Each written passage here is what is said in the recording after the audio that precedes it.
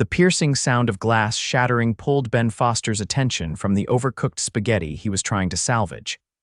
His 7-year-old daughter, Lily, stood frozen beside the kitchen table, wide-eyed and guilty, beside the remains of what had once been his mother's antique vase. "I'm sorry, Daddy," she whispered, tears welling in her eyes. "I was trying to put flowers in it for you." Ben took a deep breath, pushing aside thoughts of the past-due electric bill on the counter and the pending school tuition payment. "It's okay, sweetheart. Accidents happen." He crouched down, carefully gathering the broken pieces. "Why don't you get your shoes on? We need to head to Uncle Mark's restaurant soon." Lily nodded, relieved to escape punishment, and scurried to find her sparkly pink sneakers a birthday gift from his brother Mark, who always managed to spoil his niece despite Ben's protests. The shoes were one of the few luxuries in Lily's life these days. 2 years after his wife Jennifer's death from cancer, Ben was still trying to find his footing as a single father. The medical bills had drained their savings, and his job as a high school English teacher barely covered their monthly expenses. Mark's offer of a part-time evening job as a bartender at his upscale restaurant had been a lifeline, even if it meant bringing Lily along to do her homework in the back office most nights. "All ready, Daddy," Lily announced, bouncing back into the kitchen with her backpack stuffed with coloring books and homework. Ben glanced at his watch. They had 40 minutes to make the 15-minute walk to Downtown Bistro before his shift started. "Let's get going, Munchkin." The late October air carried a crisp chill as they walked hand in hand down the tree-lined streets of their modest neighborhood. Ben listened attentively as Lily recounted her day at school, describing in animated detail how she'd been selected to feed the class hamster for the week. "And Miss Wilson says I'm the most responsible second grader she's ever had," Lily declared proudly, skipping alongside him. "That's because you are," Ben replied, feeling the familiar mixture of pride and heartache. Lily had grown up too quickly after Jennifer died, developing a sense of responsibility beyond her years. While he admired her resilience, he sometimes worried she was missing out on the carefree childhood she deserved. They arrived at Downtown Bistro 20 minutes before Ben's shift. The restaurant occupied the ground floor of a renovated brownstone, its interior a sophisticated blend of exposed brick, warm lighting, and polished wood. Despite its upscale atmosphere, Mark had insisted on making it family-friendly, a value that had been a saving grace for Ben. Uncle Mark. Lily squealed, spotting Ben's brother near the bar. Mark Foster grinned, scooping Lily into a bear hug. "There's my favorite niece. I've got fresh chocolate chip cookies in the office for you. She's your only niece," Ben pointed out dryly. "Details, details." Mark waved dismissively before turning serious. "Listen, we're expecting a busy night. There's some corporate event at the convention center that just wrapped up, and we've already got several reservations from that crowd." Ben nodded, tying an apron around his waist. "I'll get Lily settled and be right out." In the small office, Ben set up Lily's homework station, a habit they'd perfected over the past year. "First homework, then coloring, okay, and if you finish early, I can read my new library book," Lily finished for him. "I know, Daddy." He kissed the top of her head. "That's my smart girl. I'll check on you between orders." The restaurant filled quickly as the evening progressed. Ben fell into the familiar rhythm of mixing drinks and making small talk with customers. Around 8 o'clock, he noticed a woman sitting alone at a corner table, frequently checking her watch and smartphone with increasing agitation. She stood out among the restaurant's typical clientele, not because of her tailored navy pantsuit or the subtle diamond studs in her ears, but because of the way she held herself. Despite her apparent frustration, there was a quiet confidence in her posture, a sharp intelligence in her eyes as they scanned the room. Her dark auburn hair was pulled back in an elegant twist, highlighting high cheekbones and a determined jawline. Mark appeared beside Ben, nodding toward the woman. "That's Katherine O'Brien. Her reservation was for 2 at 7:30. Looks like she's been stood up." "That's a shame," Ben replied, mixing a Manhattan for another customer. The woman Katherine checked her phone again, then signaled for the waiter. Ben watched as she spoke briefly with the server, who nodded sympathetically before heading toward the kitchen. A moment later, the waiter returned with a glass of what appeared to be scotch. "I'm going to check on Lily," Ben told Mark, using a momentary lull in drink orders to slip away to the back office. He found Lily concentrating intently on a math worksheet, her tongue poking out slightly from the corner of her mouth, a habit she'd inherited from her mother. The sight made his heart squeeze painfully. "How's it going, sweetheart?" "Almost done," Lily replied without looking up. "Is it busy out there?" "Pretty busy," Ben confirmed. "You doing okay back here?" Lily nodded, finally looking up with a smile. "I'm fine, Daddy. You can go back to work." When Ben returned to the bar, he noticed Katherine was now joined by a man in an expensive-looking suit. The conversation appeared one-sided, with the man leaning forward eagerly while Katherine maintained a polite but distinctly uncomfortable expression. Over the next 20 minutes, Ben found his attention repeatedly drawn to their table. The man was now doing most of the talking, gesturing expansively while Katherine's responses grew increasingly terse. When the man reached across the table to touch her hand, she withdrew it quickly, her discomfort visible even from across the restaurant. Ben was preparing another round of drinks when he heard a raised voice from their direction. The man had moved his chair closer to Katherine's side of the table and appeared to be insisting on something while she shook her head firmly. "That doesn't look good," Mark murmured, following Ben's gaze. Before Ben could respond, he saw Katherine stand abruptly, excusing herself. As she walked briskly toward the restrooms, her expression was a carefully maintained mask that nevertheless couldn't quite hide her distress. Acting on instinct, Ben untied his apron. "Cover for me for a minute." Mark raised an eyebrow but nodded. "Sure." Ben intercepted Katherine as she emerged from the restroom corridor. Up close, her eyes were even more striking, deep hazel with flecks of amber and currently clouded with frustration. "Excuse me," he said quietly. "I couldn't help noticing you seem uncomfortable with your companion. If you need an out, I can help." Katherine studied him cautiously, taking in his rolled-up sleeves and the bar towel slung over his shoulder. "And you are Ben Foster. I bartend here and my brother owns the place." He gestured discreetly toward her table, where the man was now checking his reflection in his phone camera. "If that's a blind date gone wrong, I'm happy to create a distraction so you can leave, or have someone walk you to your car." For a moment, she seemed surprised by the offer, then a small, grateful smile appeared. "Katherine O'Brien. And yes, it's a spectacularly bad setup that I was guilted into by a well-meaning colleague." She glanced back toward the table with barely concealed disdain. "He spent the last 20 minutes explaining cryptocurrencies to me and suggesting I should let him optimize my investment portfolio." Ben winced sympathetically. "Sounds riveting. What's the exit strategy you'd prefer?" Katherine considered for a moment. "I'd rather not make a scene. I've got enough business associates dining here tonight that I'd prefer to maintain some dignity." "Follow my lead," Ben said, a plan forming. He guided her toward the bar, speaking quietly. "Take a seat here. I'll let Mark know what's happening, then handle your date." Katherine complied, sliding onto a bar stool with a look of relief. Ben quickly explained the situation to Mark, who nodded his approval before continuing to serve customers. Ben then approached Katherine's table, where her date was now frowning at his phone. "Excuse me, sir," Ben said politely. "Miss O'Brien asked me to deliver a message. She's been called away on an urgent business matter and won't be returning to dinner.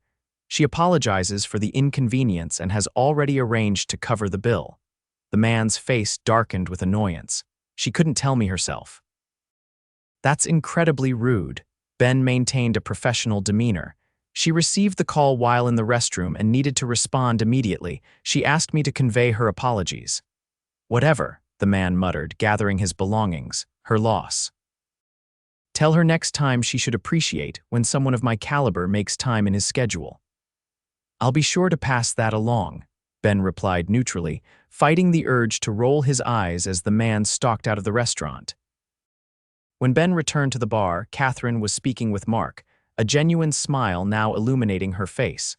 The transformation was striking. Her entire demeanor had softened, the tension in her shoulders visibly easing. "Thank you," she said to Ben. "That was a remarkably smooth rescue." Happy to help, he replied, resuming his position behind the bar. What can I get you to drink? On the house. Just sparkling water with lime, she answered. I've got an early meeting tomorrow. She hesitated, then asked, would you mind if I stayed and had dinner at the bar? I'm actually starving, and despite the company, I've been looking forward to trying this place. Of course, Mark interjected before Ben could respond. Ben can keep you company while I check on some things in the kitchen. As Mark disappeared with a not-so-subtle wink, Ben found himself momentarily flustered. It had been a long time since he'd had a conversation with a woman that wasn't about Lily's school activities or neighborhood gossip. So, Katherine began, saving him from awkward silence. How long have you worked here? About a year, Ben replied, sliding her sparkling water across the bar. I'm actually a high school English teacher during the day. This is my second job. Her eyebrows rose slightly. That's impressive dedication. Teaching is one of the most undervalued professions. It has its challenges, Ben acknowledged, but I love it. There's nothing quite like watching a student connect with literature for the first time. As Katherine perused the menu, they fell into easy conversation. Ben was surprised by how comfortable it felt. She asked thoughtful questions about his teaching, listening intently to his answers without the patronizing tone he sometimes encountered when explaining his career choice. Daddy. Lily's voice interrupted them as she emerged from the back office, clutching a drawing. I finished my homework and made this for you. Ben's attention immediately shifted to his daughter. Hey, sweetheart, this is beautiful. Is that us at the park? Lily nodded enthusiastically before noticing Katherine. She suddenly grew shy, partially hiding behind Ben's arm. Lily, this is Miss O'Brien. She's having dinner with us tonight, Ben explained gently. Miss O'Brien, this is my daughter, Lily. Katherine's expression softened as she smiled at Lily.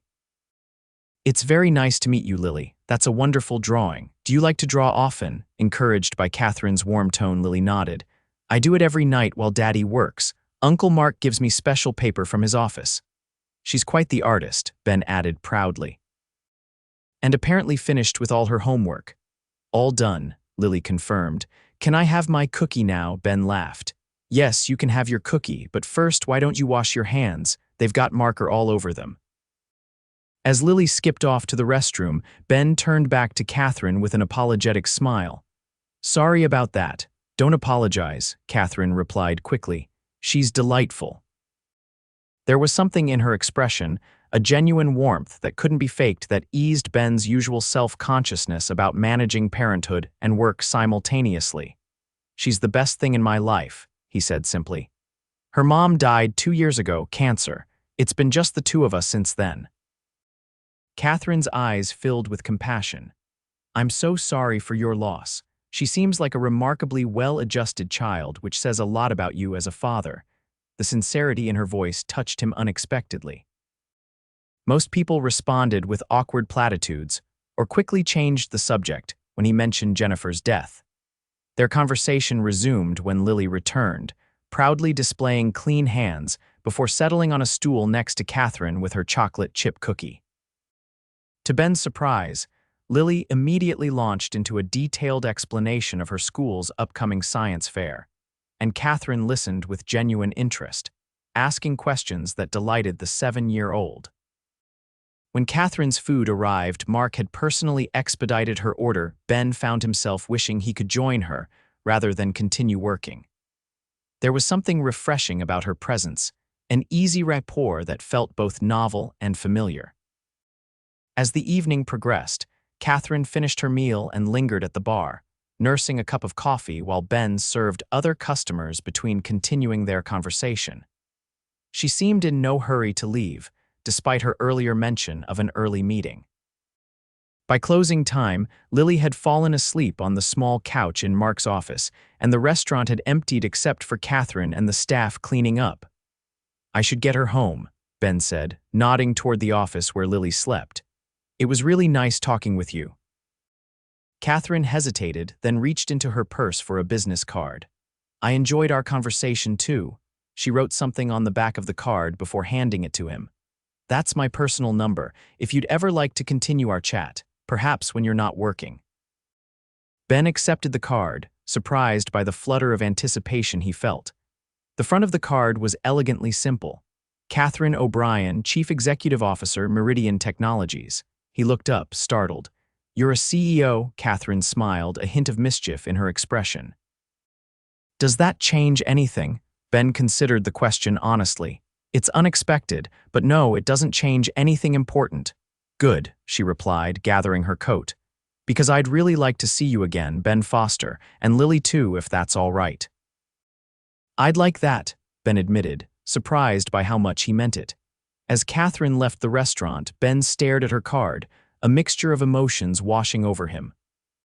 For the first time in 2 years, he felt the stirring of something he'd thought might never return, the desire to connect with someone new. Mark appeared beside him, a knowing grin on his face. "So, big brother, are you going to call her?" Ben tucked the card carefully into his wallet. "Yeah, I think I am." The following Saturday, Ben stood in front of his bathroom mirror, adjusting his collar for the third time. His phone buzzed with a text from Mark offering last-minute encouragement and confirming he was happy to watch Lily for the evening. "Daddy, you look handsome." Lily declared from the doorway, her honest assessment calming his nerves slightly. "Thank you, sweetheart," he replied, crouching down to her level. "Are you sure you're okay with me going out tonight? Uncle Mark is excited to watch movies with you, but I can stay home if you want." Lily shook her head emphatically. "I want you to go. Miss Katherine was nice, and she knew all about monarch butterflies when I told her about my science project." Ben smiled, touched by his daughter's enthusiasm. He'd been anxious about introducing the concept of dating to Lily, but she had reacted with surprising positivity when he'd explained that he would be having dinner with Katherine. The doorbell rang, and Lily raced to answer it, Ben following close behind. Mark entered with his usual exuberance, bearing a pizza box and a new board game for Lily. "You two are going to have fun," Ben said, kissing Lily's forehead before grabbing his jacket. "I won't be too late." "Take your time," Mark insisted, winking. "We've got plenty to keep us busy." Ben arrived at the restaurant, an intimate Italian place Katherine had suggested, 10 minutes early. His stomach knotted with a mixture of anticipation and nervousness. He'd spoken with her briefly on the phone earlier in the week, but this would be their first real date since their chance meeting 5 days ago. He spotted her immediately as she entered the restaurant. She traded her business attire for dark jeans and a deep green sweater that brought out the amber in her eyes. With her hair loose around her shoulders, she looked more relaxed but no less captivating. "You found the place okay?" she asked after they'd been seated at a corner table. "I did. It's not far from the high school where I teach, actually, though I've never been in. A bit above my usual budget," he admitted with a self-deprecating smile. Katherine's expression grew contemplative. "I appreciate your honesty. That's refreshingly rare in my experience." Their conversation flowed easily as they shared appetizers and exchanged stories. Ben learned that Katherine had built Meridian Technologies from a small startup to a leading software company over the past decade, focusing on educational technology platforms. "That's actually how I recognized your name," she explained. "Meridian provides the learning management system that your school district adopted last year. I remember seeing Foster High School in our implementation reports." "Small world," Ben remarked. "My students complain about your system constantly, but secretly they love how it organizes everything." Katherine laughed. "That's exactly the feedback we aim for, grudging acceptance that evolves into dependence." As they moved from appetizers to entrees, Ben shared more about his life with Lily, the challenges of balancing single parenthood with 2 jobs, and his dreams of someday returning to graduate school to complete the master's degree he'd put on hold after Jennifer's diagnosis. "You've accomplished so much despite incredible obstacles," Katherine said softly. "That says a lot about your character, Ben." He felt a flush of warmth at her words. "I'm just doing what any parent would do. Lily deserves the best I can give her." "Not every parent would make the sacrifices you have," Katherine countered. "Trust me, I've seen plenty of examples in my own life of parents who put themselves first." There was something in her tone that made Ben curious. "Did you grow up in a similar situation?" Katherine hesitated before responding. My father left when I was 12. My mother worked 3 jobs to support my brother and me. She was determined that we'd have opportunities she never had. She traced the rim of her water glass thoughtfully. I started Meridian partly because I wanted to create educational tools that would level the playing field for kids regardless of their economic circumstances. Ben was touched by her revelation. Despite their apparently different life trajectories, they shared more common ground than he'd initially assumed. By dessert, the initial nervousness had completely dissipated. Ben found himself laughing more than he had in years, drawn to Katherine's sharp wit and passionate perspectives on education reform. When she spoke about her company's latest project developing accessible coding platforms for underserved schools, her entire face lit up with enthusiasm. "I'm boring you with business talk," she said suddenly, seeming to catch herself. "Not at all," Ben assured her. "It's fascinating watching someone talk about work they genuinely love." As they walked together after dinner, neither seemed in a hurry to end the evening. The autumn night was clear and cool, streetlights illuminating falling leaves that spiraled lazily toward the sidewalk. "Would you like to get coffee somewhere?" Katherine suggested, glancing at her watch. "It's still relatively early." Ben nodded, pleased by the prospect of extending their time together. They found a small coffee shop a few blocks away, settling into comfortable armchairs in a quiet corner. "Tell me more about Lily," Katherine requested. "She seems remarkable." Ben couldn't help but smile at the mention of his daughter. "She is. Sometimes I look at her and see so much of Jennifer, the same determination, the same laugh. But she's her own person too.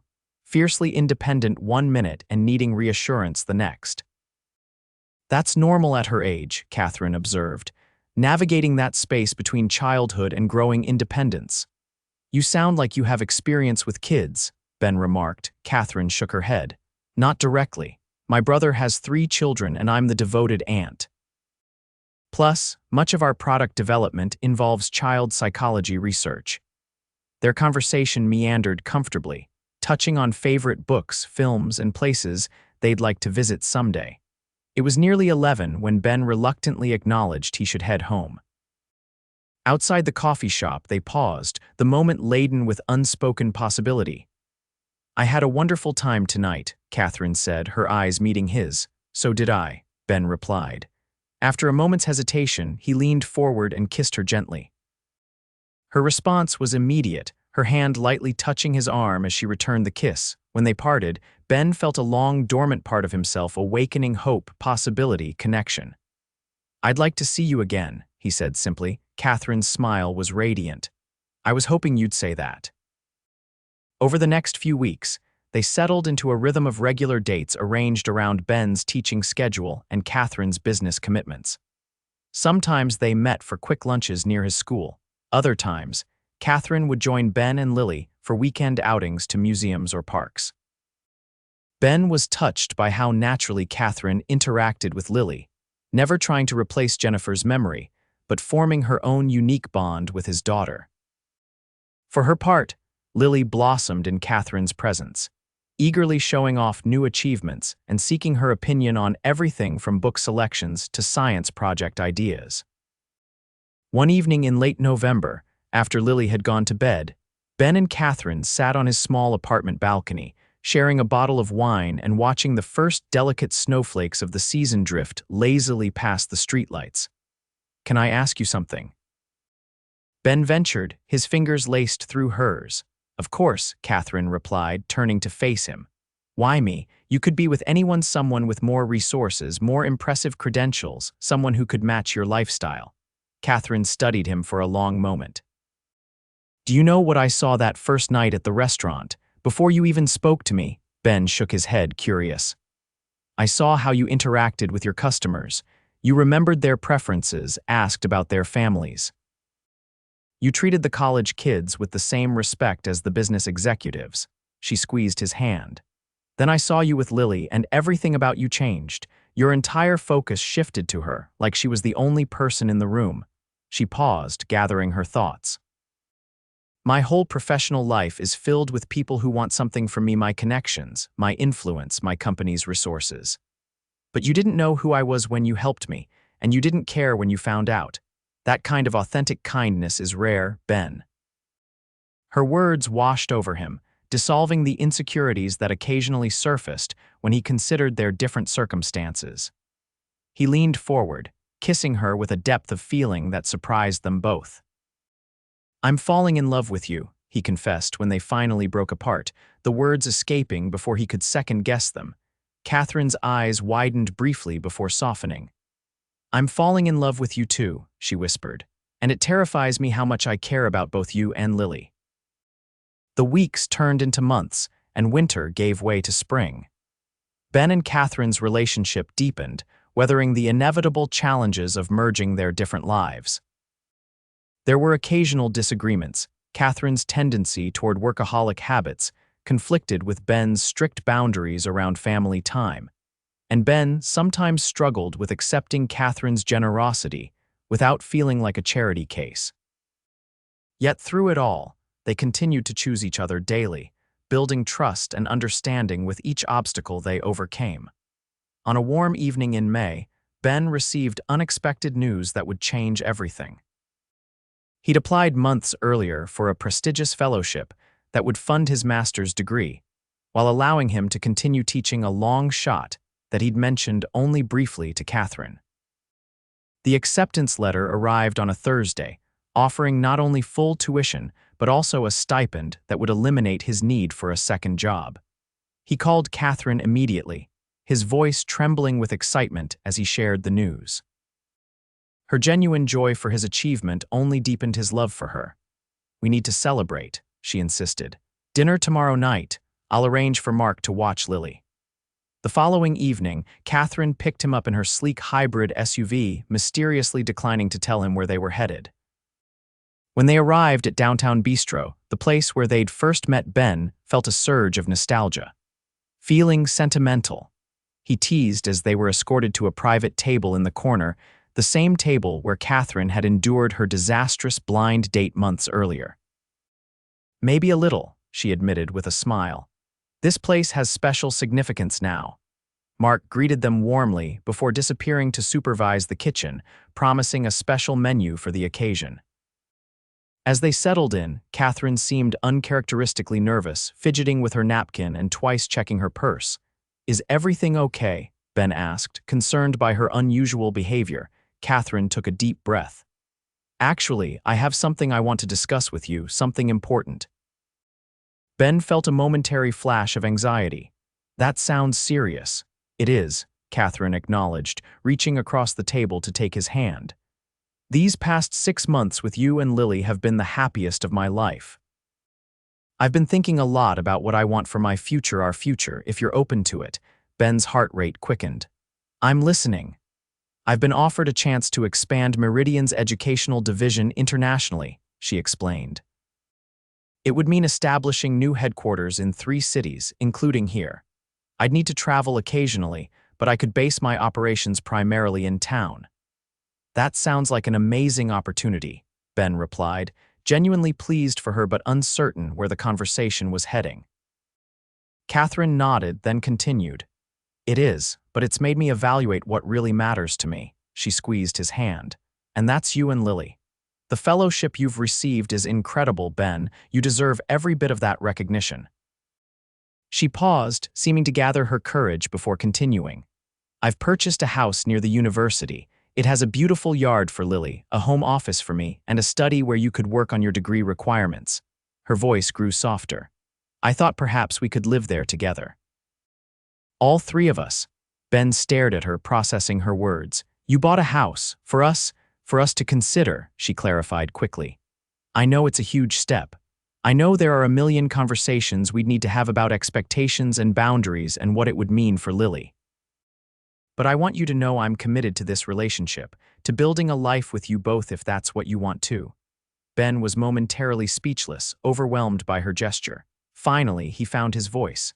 "Katherine, I love you more than I can express, but I can't let you do this. It's too much. We should make these decisions together." To his surprise, Katherine smiled. "I knew you'd say that. That's why the house is actually just a rental option I've put a deposit on. We'd have 30 days to decide if we want it." She reached into her purse and pulled out a small box. This, however, is not negotiable. She opened the box to reveal a simple but elegant platinum band. Benjamin Foster, I'm completely in love with you. You've shown me what it means to put family first, to live with integrity and kindness. I want to spend my life with you and Lily, building something beautiful together. Her voice wavered slightly. Will you marry me? Ben felt tears gathering in his eyes as joy expanded in his chest. Yes, he answered without hesitation. Absolutely yes. As Katherine slipped the ring onto his finger, Ben marveled at the journey that had brought them to this moment, from a chance rescue on a busy work night to a future brighter than he dared to imagine after losing Jennifer. Later that evening, they shared their news with Lily, who responded with exuberant approval and immediate questions about whether she could paint her room in the new house purple. As they tucked Lily into bed that night, Ben watched Katherine gently answering his daughter's endless questions about their upcoming wedding, her patient responses and genuine affection warming his heart. This wasn't the life he had planned, but standing in the doorway watching the two people he loved most in the world, Ben knew with absolute certainty that it was exactly the life he was meant to have.